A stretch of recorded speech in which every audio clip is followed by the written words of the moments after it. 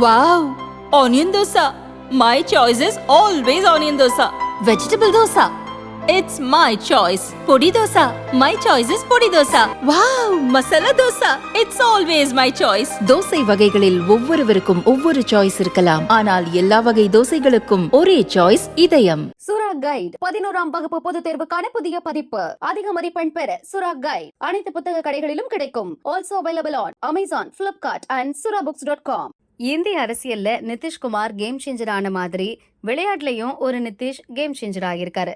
ஆமாங்க, அந்த game changer அமெரிக்க cricket அணி வீரர் நிதிஷ்குமார்.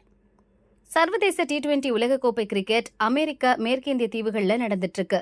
குரூப் ஏ அணிகளுக்கு இடையிலான போட்டியில கத்துக்குட்டி அமெரிக்க அணியும் அனுபவசாலியான பாகிஸ்தானும் மோதினாங்க. முதல்ல பேட்டிங் பண்ண பாகிஸ்தான் 20 ஓவர்ல 7 விக்கெட் இழப்புக்கு 159 ரன் எடுத்தாங்க. அடுத்து பேட்டிங் பண்ண அமெரிக்கா திக்கி திணறி இலக்க நோக்கி வந்துட்டு இருந்தாங்க. பாகிஸ்தான் அணியோட பலமான பவுலிங்கை தாக்குப்பிடிக்க முடியாம அமெரிக்க பேட்ஸ்மேன்கள் சீக்கிரமே ஆல் அவுட் ஆயிடுவாங்கன்னு ரசிகர்கள் நினைச்சப்ப அவங்க நின்னு நிதானமா ஆட ஆரம்பிச்சிட்டாங்க. அந்த அணியோட Monank Patel 50 run, Andries 35 run, Steven Taylor 12 எடுத்து அவுட் ஆயிட்டாங்க. ஆரோன் ஜோன்ஸும் நிதிஷ்குமாரும் நின்னு நிதானமா ஆடி விக்கெட் விழாம விளையாடினாங்க. ஆரோன் 36 ரன் எடுத்த நிலையில நிதிஷ்குமார் 14 பந்துல 14 எடுத்து ஆட்டத்தை டை ஆக்கிட்டாரு.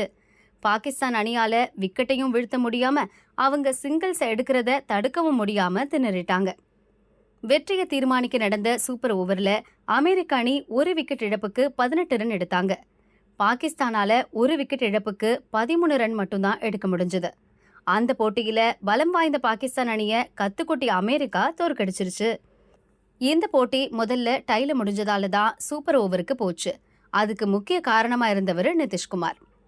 கனடா நாட்டில் பிறந்து வளர்ந்த இவர் அந்த அணிக்காக சர்வதேச கிரிக்கெட் போட்டிகளில் விளையாடி இருக்காரு. அந்த அணியோட கேப்டனாகவும் இருந்திருக்காரு. உள்ளூர் சர்வதேச போட்டிகளில் விளையாடி அனுபவம் வாய்ந்த நிதிஷ்குமார் சமீபத்தில் அமெரிக்க கிரிக்கெட் அணியில சேர்ந்தாரு. மத்தியில மோடி தலைமையில மீண்டும் ஆட்சி அமைறதுக்கு ஐக்கிய ஜனதாதளம் தலைவர் நிதிஷ்குமார் முக்கிய காரணமா இருக்காரு.